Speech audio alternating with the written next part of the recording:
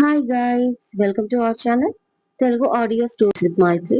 నా ఛానల్ని ఎవరైనా ఫస్ట్ టైం చూస్తున్నట్టయితే తప్పకుండా లైక్ చేయండి, షేర్ చేయండి అండ్ సబ్స్క్రైబ్ చేసుకోండి.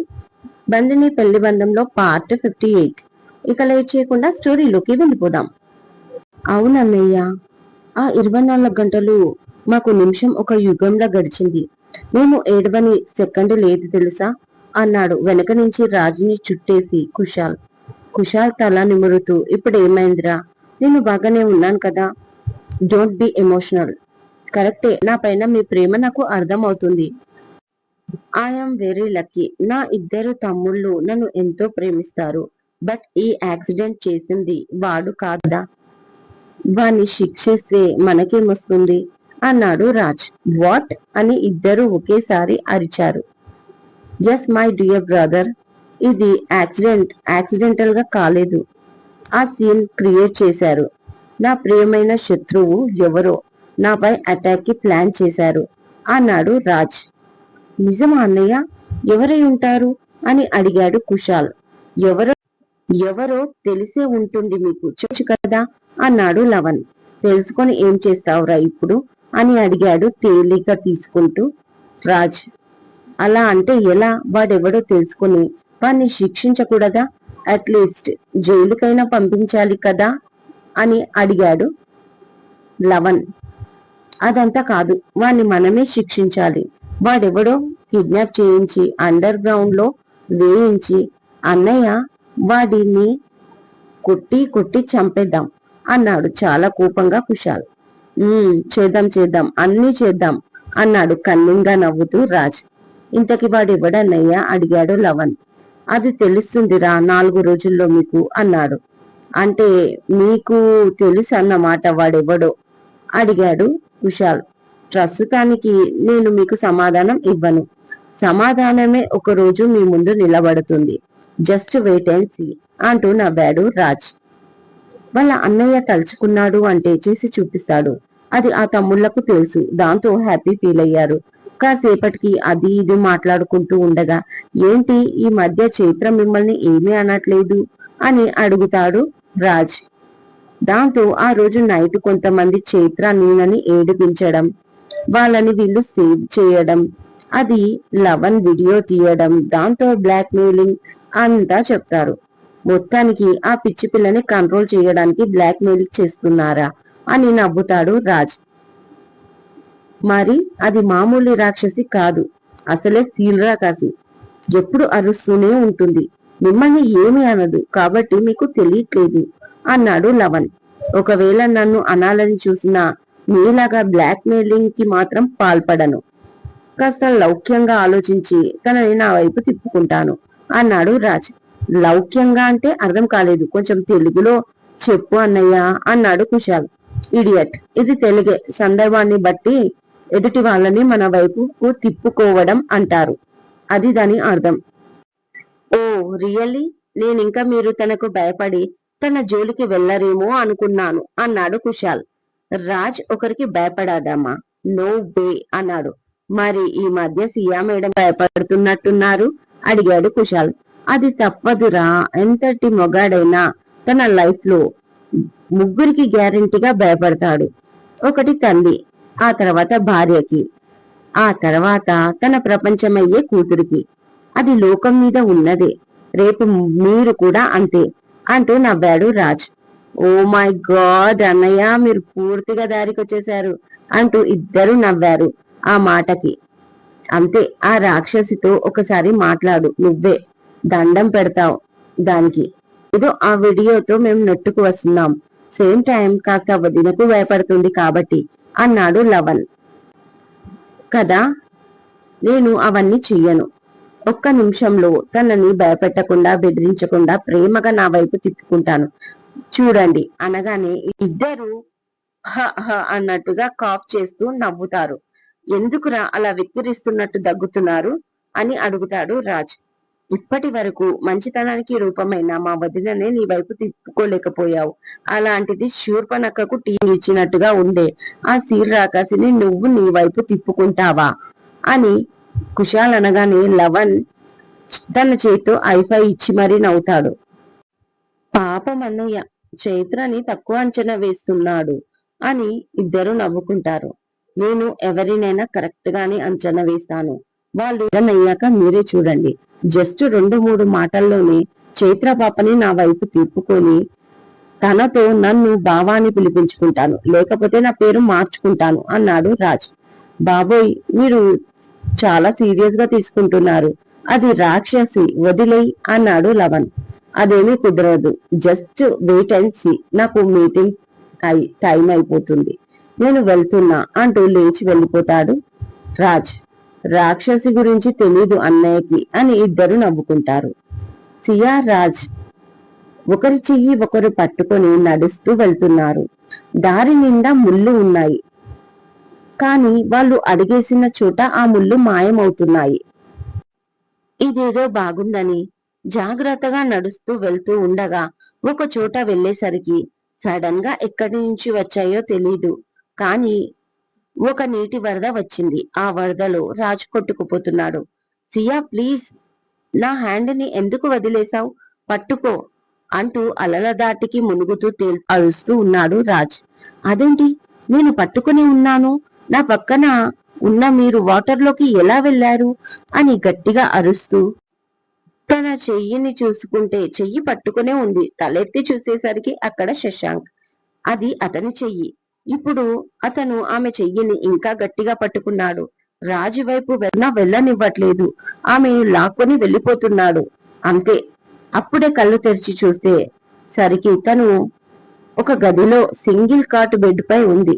తన పక్కనే కాస్త దూరంలో చైత్ర, నీనా ప్రశాంతంగా నిద్రపోతున్నారు. వాళ్ళంతా చెమటలు తుడుచుకుంటూ ఇది కళ, ఎంత భయంకరమైన కళ అనుకుంటూ టైం చూస్తే మిడ్-నైట్ 2:30. వెంటనే మంచం దిగి వెళ్లి ఫేస్ వాష్ చేసుకొని ఎందుకు తనకు ఇలాంటి కళ వచ్చింది? గత 2-3 రోజులుగా చాలా ఒత్తిడికైతే గురయ్యింది. అది ఎక్కువై వచ్చి ఉంటుంది. నా ఆలోచనలో ఇద్దరు నిండిపోయారు. ఇద్దరికి నేను సమాధానం చెప్పాలి అన్న స్ట్రెస్ అయి ఉంటుంది అనుకుంటూ బెడ్ పై నుంచి లేచింది. వాటర్ లో కొట్టుకుపోతున్న రాజు ముఖం గుర్తుకు వచ్చి మనసు విలవిలా మారిపోయింది. వెళ్లి విండో ఓపెన్ చేసేసరికి చల్లటి గాలి మేనుకు తాకి కాస్త రిలీఫ్ అయ్యింది. ఫోన్ తీసుకుని రాజ్ పిక్ చూసింది. ఎందుకు ఇలా కల వచ్చింది? ఇంత భయంకరమైన కళ తనకేం కాకూడదు అనుకుంటూ మనసులోనే బాబాకు మొక్కుకొని బాల్కనీలోకి వెళ్ళి కాసేపు అటు ఇటు తిరిగింది సియా. కానీ ఎంతకు సియా మనసు స్థిమిత పడట్లేదు. ఒక్కసారి రాజ్ని చూస్తే బాగుండేది అనిపించింది ఆ క్షణం. కానీ ఇప్పుడు కుదరదు కదా అనుకుంటూ ఒకసారి కాల్ చేస్తే ఆలోచన రాగానే వెంటనే కాంటాక్ట్ లో అతని నంబర్ తీసింది సియా. అతని నంబర్ ఆమె దగ్గర ఉంది, కానీ ఆమె నంబర్ అతనికి తెలుసో లేదో తెలియదు. ఒకవేళ తెలియకపోతే మంచిదే కదా. తను ఒకసారి లిఫ్ట్ చేసి హలో అనగానే కట్ చేయొచ్చు అనుకుంటూ డయల్ చేసింది సియా రాజ్ ఫోన్ కి. జస్ట్ 3 రింగ్స్ కి లిఫ్ట్ చేసి హలో అన్నాడు రాజ్. తన వాయిస్ వినగానే ఒక సెకండ్ హ్యాపీగా అనిపించింది సియాకి. వెంటనే తన చెయ్యి షేక్ అవ్వడం మొదలు పెట్టింది.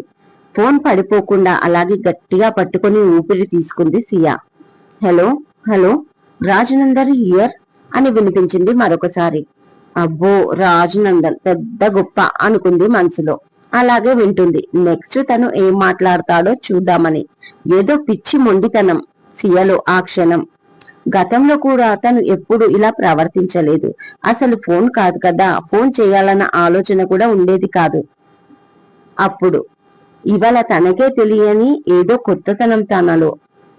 వస్తున్న నవ్వుని ఆపుకుంటూనే ఇంకా శ్రద్ధగా వింటుంది. వెంటనే 4 సెకండ్ల మౌనం తర్వాత అటువైపు నుంచి సియా అని చాలా మృదువుగా రాజు వాయిస్ వినిపించగానే వెంటనే సియా తడబడిపోయి కాల్ కట్ చేసేసింది భయపడుతూ. మై గాడ్, నా పేరేంటి? నేనే అని తనకి ఎలా తెలుసు? నా నంబర్ గాని తన దగ్గర ఉందా ఏంటి? అయ్యో, నేనేంటి ఇలా కట్ చేశాను అనుకుంది సియా. తను పిలవడం, నేను కట్ చేయడంతో నేనే అని గుర్తుపట్టేస్తాడు కదా అని ఆలోచన రాగానే తన ఫోన్ మోగింది. రాక్షస్ అని డిస్ప్లే పై కనిపించింది. అబ్బా, మళ్ళీ చేస్తున్నాడేంటి అనుకుంటూ మెల్లిగా లిఫ్ట్ చేసి చెవి దగ్గర పెట్టుకుంది సియా. సియా, మీరేనా? ఇది మీ నంబరేనా అని వినిపించింది. మిస్టర్, ఎవరు మీరు? మా బాబు అనుకోకుండా ఫోన్ తీసుకొని ఏదో నంబర్ కలిపాడు, అలా మీకు మిస్ కాల్ వచ్చింది. ఇక్కడ సియా అనే వాళ్ళు ఎవరూ లేరు అంది కాస్త వాయిస్ మార్చి సియా. ఓ అవునా, okay okay, sorry for the disturbance. Call వచ్చేసరికి మా ఆవిడ అనుకున్నాను అన్నాడు రాజ్. ఆవిడంట ఎంత బాగా అబద్ధాలు చెప్పేస్తాడు. మొత్తానికి తన దగ్గర నా నంబర్ లేదు అనుకుంటూ ఓకే ఓకే, నా వైపు నుంచి కూడా సారీ అంది సియా. ఏమీ పర్వాలేదండి. మీ బాబు వయసు ఎంత అని అడుగుతాడు రాజ్. ఎందుకండి మీకు అని అడుగుతుంది. అదే నంబర్ కలిపాడు కదా అనగానే ఆ టూ 2.5 years అంది. అంటే నేను మా ఆయనకి ఫోన్ చేస్తుంటే చూశాడు కదా, అలా నిద్ర లేచి అల్లరి చేస్తూ అలాగే కలిపేశాడు. పడుకోబెట్టేశాను. డోంట్ వరీ, మళ్ళీ మీకు కాల్ రాదు అంటుంది సియా వస్తున్న నవ్వుని ఆపుకుంటూ. ఓకే ఓకే, పర్వాలేదండి. సో 2.5 years బాబు మీకు. Nice nice. నేనింకా పాపని కందాం అనుకుంటున్నా త్వరలో. మీకు బాబు కావాలా అని అడిగాడు రాజ్. ఆ మాట వినగానే సియా చెంపలు ఎరుపెక్కాయి. బట్ బయటపడలేదు. పైగా ఇప్పుడు తను ఎవరో. వాట్ మిస్టర్, ఏం మాట్లాడుతున్నారు మీరు అని అడుగుతుంది సియా. అంటే మా ఆవిడకి కూడా బాబే ఇష్టం, మీకు కూడా బాబే అనేసరికి మా ఆవిడ గుర్తింది అంతే అంటూ నవ్వుతాడు రాజ్. తను సైలెంట్ గా ఉండిపోతుంది. తను ఎప్పుడు పిల్లల గురించి ఆలోచించలేదు. అలాంటి అవకాశం రాజ్ తనకు ఎప్పుడు ఇవ్వలేదు కదా. మొదటిసారి తన నోటి నుంచి బాబు పాప అంటూ మాట్లాడుతుంటే వింతగా అనిపించింది. సో అయ్యవారికి పాప కావాలా అనుకుంటూ ఓకే ఓకే, మళ్ళీ కాల్ రాదన్నాను కదా, మీరు కాల్ కట్ చేయండి అంటుంది. అలాగే తప్పకుండా, కానీ ఒకసారి నన్ను మిస్ అవుతున్నా అని చెప్పండి. మిస్ కాల్ రాదు అనుకుని పడుకుంటాను అన్నాడు రాజ్. ఇక లాభం లేదు, గుర్తుపట్టేశాడు అనుకుంటూ నేనేం చెప్పాలి మిమ్మల్ని మిస్ అవుతున్నట్లు అని అడుగుతుంది సియా.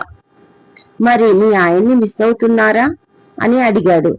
కావాలని ఇరిటేట్ చేస్తున్నాడు అనుకుంటూ నేను ఎవరిని మిస్ అయితే మీకెందుకు మిస్టర్ అని అడిగింది. చాలే అబద్ధాలు చెప్పింది. నిద్ర పట్టట్లేదా, ఏమైంది? మీకేదైనా ప్రాబ్లమా, లేక కలలో అమ్మ కనిపించిందా ప్రేమగా అడిగాడు రాజ్ సియని. అమ్మని గుర్తుకు చేసేసరికి అదేం లేదు అంది. ఆమె కళ్ళల్లోకి వాటర్ వచ్చేశాయి. ఏమో సడన్ గా మెలకువ వచ్చింది, అనుకున్నా మీ నెంబర్ ప్రెస్ అయింది అంటూ మరొక అబద్ధం చెప్తుంది. ఇట్స్ ఓకే సియా, సంతోషంలో ఉన్నా బాధలో ఉన్నా ఒక్కోసారి చెప్పుకోలే ఆందోళనలో ఉన్నా మనకు ప్రియమైన వారే గుర్తుకొస్తారంట. మీకు నా పైన ప్రేమ లేకున్నా మీ ఫోన్ కి ఉన్నట్లుంది అన్నాడు రాజ్. నిజమే, మనుషుల్ని కాదని మిషుల్ని నమ్ముకోవాల్సి వస్తుంది ఈ మధ్య అంటుంది సియా కూడా దుప్పి పొడుస్తూ. అంతేగా మరి, రోజులు ఎంతలా మారిపోయాయి అంటే 2 రోజుల్లో మీకు 2.5 ఏళ్ల బాబు పుట్టేశాడు. ఇంతకీ వాడికి డాడీని నేనే కదా అని అడిగాడు రాజ్ తనని ఇరిటేట్ చేస్తూ. రాజ్ కోపంగా అరిచింది సియా. అమ్మయ్య, మా సియాకి కోపం వచ్చింది అంటే గ్యారంటీగా నేనే ఫాదర్ని. Okay okay, I'm understanding your feeling. త్వరలో అది కూడా నిజం చేస్తాంలే. బట్ మిమ్మల్ని మాత్రం నేను బాగా మిస్ అవుతున్నాను సియా. మరీ ముఖ్యంగా మీ చేతి వంట బాగా అలవాటైపోయింది. బయట నుంచి ఫుడ్ తెచ్చుకున్నా నాకు అస్సలు టేస్ట్ గా అనిపించడం లేదు. You know that. ఇవాళ ఓన్లీ మిల్క్ తాగి పడుకున్నా అన్నాడు రాజ్.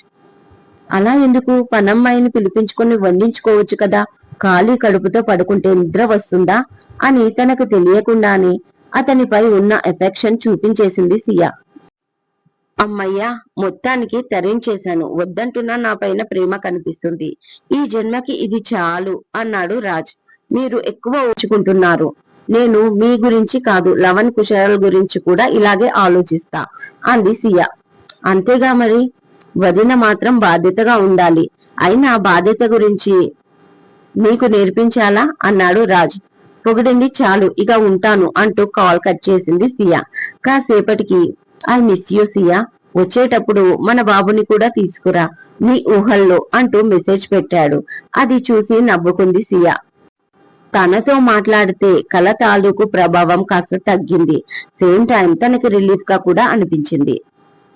ఆ రోజు మధ్యాహ్నం ఫ్లైట్ టికెట్లు అని తెలిసి సియా ఉత్సాహంగా లేచి రెడీ అయి కిందికి వచ్చేసరికి నెక్స్ట్ డేకి టికెట్లు పోస్ట్ పోన్ అయ్యాయని తెలిసింది. దాంతో ఉసూరుమంటూ సోఫాలో కూలబడింది. ఇవాళ ఒక్కరోజు ఎంజాయ్ చేద్దాం, ఇక్కడ బాగుంటుంది కదా, మళ్ళీ హైదరాబాద్ వెళ్ళాక నువ్వు వర్క్ అంటూ ఆఫీస్కి వెళ్ళిపోతావు, ఇక మేము ఇన్స్టిట్యూట్ కి వెళ్ళాలి అక్క ప్లీజ్ అని బతిమాలింది చైత్ర. ఇప్పుడు నేనేమన్నానే, నాకు నేనే ఫ్లైట్ టికెట్ వేయించుకొని హైదరాబాద్ వెళ్ళిపోతున్నానా అంటుంది సియా. ఏం జరిగిందమ్మలు, ఏదో మీటింగ్ పెట్టారు అంటూ వచ్చాడు శ్యామ్ ప్రసాద్. ఏమీ లేదు బాబాయ్ అని సియా అనగానే, ఉంది డాడీ, హైదరాబాద్ వెళ్లేది ఇవాళ క్యాన్సల్ అనగానే అక్క ఫేస్ మార్చుకుంది అంటుంది చైత్ర గట్టిగా. ఏమా ఆఫీస్ లో ఏదైనా అర్జెంట్ వర్క్ ఉందా అని అడిగింది అప్పుడే అక్కడికి వచ్చిన నందిత. అయితే మాత్రం ఆ కంపెనీ సిఇఓ గారు ఇక్కడే ఉన్నారు కదా అని రమ అంటుంది. దానికి అందరూ నవ్వుతారు. ఏం లేదా ఆంటీ, నేను అన్ని సర్దేసుకున్నాను, వీళ్ళు లేట్ గా న్యూస్ చెప్పారు అంతే అంటూ పైకి లేచింది. మీ అందరికి కాఫీ తేనా అని అడుగుతుంది సియా. ఇక అక్కడ చెయ్యడానికి ఏమీ లేదు మరి, పైగా అందరూ సరదాగా కబుర్లు చెప్పుకుంటున్నారు. కాఫీ ఏంటి అని అడిగింది నందిత. ఇదండి ఇవాళటి ఎపిసోడ్. ఈ ఎపిసోడ్ మీకు నచ్చినట్టు అయితే నాకు కామెంట్ లో చెప్పండి. అలాగే లైక్ చేయండి, షేర్ చేయండి, సబ్స్క్రైబ్ చేసుకోండి నా ఛానల్ ని. మరొక మంచి ఎపిసోడ్ తో మీ ముందు ఉంటాను. మైత్రి.